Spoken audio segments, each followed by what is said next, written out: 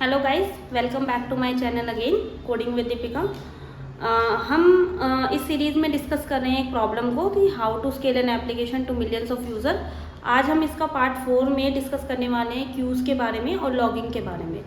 तो अभी तक आई होप जो भी मैंने अभी तक एक्सप्लेन किया वो आपको अच्छे से समझ आया होगा। अगर आपने अभी तक मेरे लास्ट वीडियोज़ को नहीं देखा है तो प्लीज़ एक बार जाइए, you will not regret of seeing that videos. और आपने मेरे चैनल को सब्सक्राइब नहीं किया तो प्लीज़ सब्सक्राइब कीजिए। It takes a lot of effort to make an video.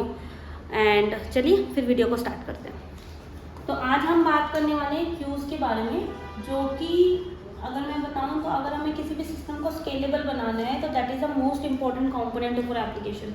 आप किसी भी ऑर्गेनाइजेशन में बात करेंगे तो आज क्यू सिस्टम को बहुत ज़्यादा इंपॉर्टेंस दी जाती है। वो इसलिए दी जाती है क्योंकि क्यू जो है हमारी एप्लीकेशन में एसिंक कम्युनिकेशन को एक्टिव करती हैं। देखिए, कम्युनिकेशन करने के दो वेज होते हैं। सबसे पहले समझते हैं कम्युनिकेशन से हमारे यहाँ पे मतलब क्या है। अगर मान लीजिए आपकी एक सर्वर है और उसके ऊपर हमारी दो एप्लीकेशंस हैं, तो एक एप्लीकेशन से मान लीजिए एक इवेंट हमारा प्रोड्यूस हो रहा है जो कि हमारा कंज्यूम होना है दूसरी एप्लीकेशन के थ्रू। तो क्या होगा कि अगर हम मान लीजिए सिंक का कम्युनिकेशन, सिंक्रोनाइजेशन वे में कम्युनिकेशन कर रहे हैं, तो इस केस में क्या होता है कि मान लीजिए एप्लीकेशन ए ने एक इवेंट प्रोड्यूस किया एप्लीकेशन बी तक, तो उस केस में क्या होगा, जब तक कि एप्लीकेशन 2 उसका रिस्पॉन्स बैक नहीं करती एप्लीकेशन बी पे कि मतलब this event is consumed by application 2, तब तक एप्लीकेशन 1 विल होल्ड बैक और will be in the rest mode. तो इस कम्युनिकेशन को हम बोलते हैं सिंक कम्युनिकेशन। अब इस कम्युनिकेशन में डिसएडवांटेजेस क्या होती हैं कि मान लीजिए आपका सिस्टम इस तरीके से है, आपकी एप्लीकेशन कोई इस तरीके से है कि जहाँ पर आपको ऑर्डर मेंटेन नहीं करना है, बट वहाँ पे जो इवेंट प्रोड्यूसिंग है वो हमारा बहुत ज़्यादा मतलब अमाउंट में हो रहा है। तो उस केस में आप क्या करेंगे कि जब तक कि इवेंट कंज्यूम नहीं होगा तब तक कि एप्लीकेशन 1 दूसरे इवेंट को प्रोड्यूस नहीं करेगी। तो इससे बचने के लिए अब जो हम कम्युनिकेशन का यूज़ करते हैं वो हम करते हैं एसिंक कम्युनिकेशन का। इसमें क्यूज़ कैसे एक्ट करती है, queues act as a buffer. अब इसमें क्या होता है कि क्यूज़ जो है वो हमारे बफर की तरह एक्ट करती हैं, जहाँ पर एक एप्लीकेशन एज ए प्रोड्यूसर की तरह एक्ट करती है और दूसरे एंड पे एक एप्लीकेशन हमारी कंज्यूमर की तरह एक्ट करती है। One application will produce the events and second application will consume the events. इसको हम एक डायग्राम की हेल्प से समझने की कोशिश करते हैं। इसको अगर हम एक डायग्राम की हेल्प से समझें कि क्यू क्या होती है, तो देखिए यहाँ पे जो ये जो पार्ट है ये हमारा एक्ट कर रहा है क्यूज़ की तरह। This is a buffer system जो कि हमारे क्यू पे एक्ट कर रहा है।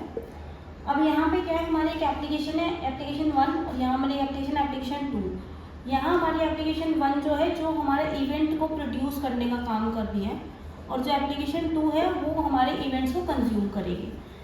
अब मान लीजिए पहला सिनेरियो लेते हैं कि अगर जो प्रोड्यूसर वाली जो एप्लीकेशन है अगर वो हमारी डाउन हो जाती है, अगर वो हमारी वर्किंग नहीं है, तो क्या होगा कि अभी तक हमारे जितने भी एप्लीकेशन 1 ने मैं यहाँ पे नोट डाउन भी कर दूँ, if producer is down.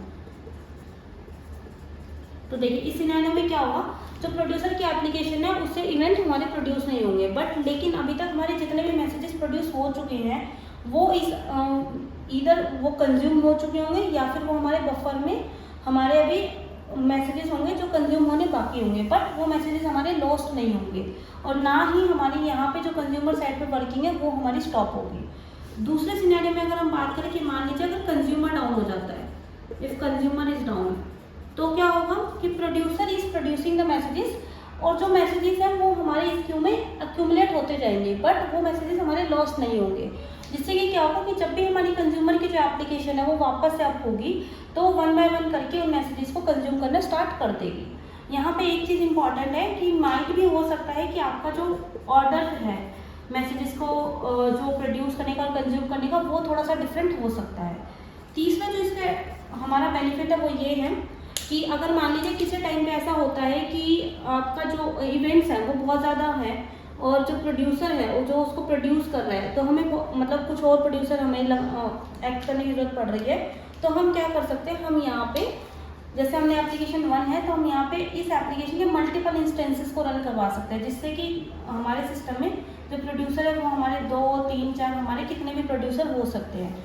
Same is the end of the consumer also. अगर आपको लगता है कि क्यू में जो हमारे मैसेजेस है वो बहुत सारे एक्यूमुलेट हो गए हैं और हमें उन्हें स्पीडली कंज्यूम करना है, तो हम यहाँ पर क्या कर सकते हैं, हम यहाँ पे कंज्यूमर भी इंक्रीज कर सकते हैं। हम इस एप्लीकेशन 2 के भी इंस्टेंसेस यहाँ पे इंक्रीज कर सकते हैं, जिससे कि अगर मान लीजिए 1 सेकंड में पहले हमारे 5 मैसेजेस कंज्यूम हो रहे थे, तो अगर हमारे 3 इंस्टेंसेस रन कर रहे हैं तो सेम स्पीड से हमारे 15 मैसेजेस पर सेकंड हमारे कंज्यूम होना स्टार्ट हो जाएंगे।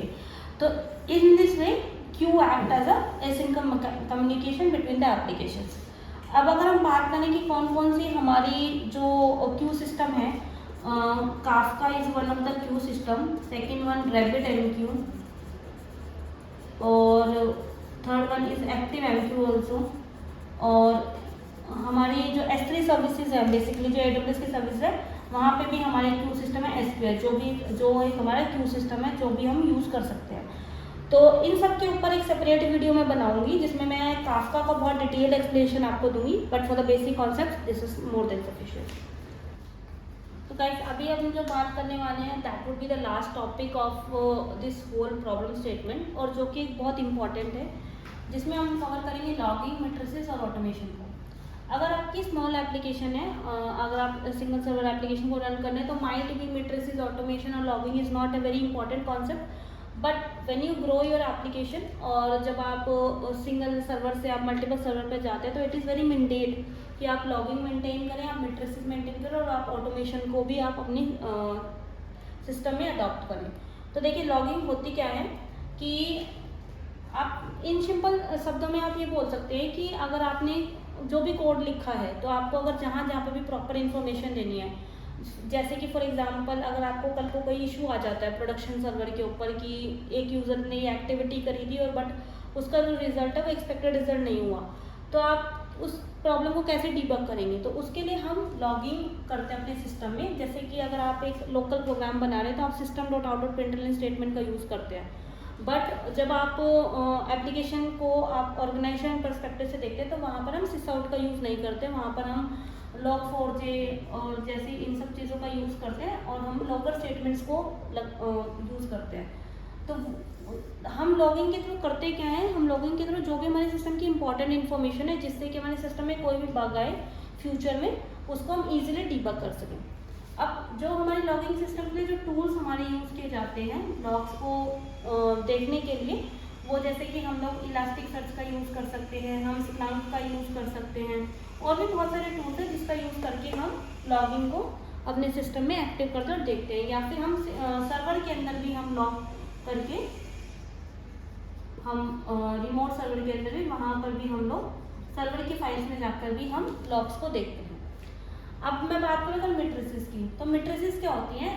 अब देखिए अगर आपका सिस्टम रन कर रहा है तो आपको टाइम टू टाइम अपने सिस्टम की हेल्थ भी चेक करनी होती है कि आपके सिस्टम पे कितनी CPU रन हो रही है, कितना IO है, कितनी हमारे एक्टिव यूज़र डेली बेसिस पे है, कितने हमारे होस्ट रन कर रहे हैं।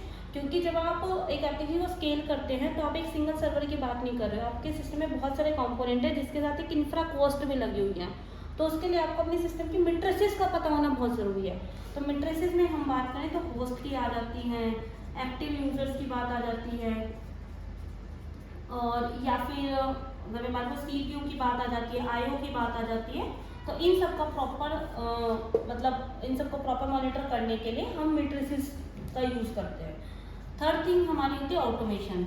अब ऑटोमेशन क्या होती है, जैसे जैसे हमारी एप्लीकेशन हम स्केल करते हैं तो इट इज़ नॉट पॉसिबल कि हम लोग मैनुअली एफर्ट के थ्रू कमांड चलाकर हम उनको डिप्लॉय करें। तो इसके लिए हम क्या करते हैं, हम कुछ ऑटोमेट टूल्स का यूज़ करते हैं, जैसे कि हम लोग CI/CD पाइपलाइन का यूज़ करते हैं टू डिप्लॉय और एप्लीकेशंस।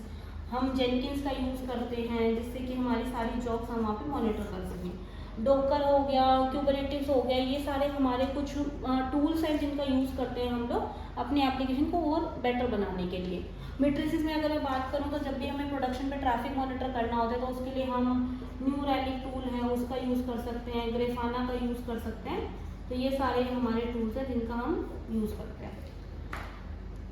तो गाइस ये वीडियो यहीं तक ही होगी, और आई होप आपको मेरे इस प्रॉब्लम स्टेटमेंट के चारों पार्ट अच्छे लगे होंगे।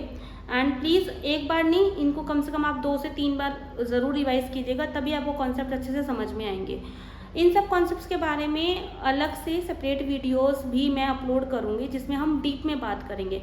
बट सबसे पहले मेरी रिक्वेस्ट है कि आप इन वीडियोस को अच्छे से देखें, और अगर आपका कोई भी क्वेश्चन है आप उसको कमेंट सेक्शन में ज़रूर मेंशन करें। I will address that for sure.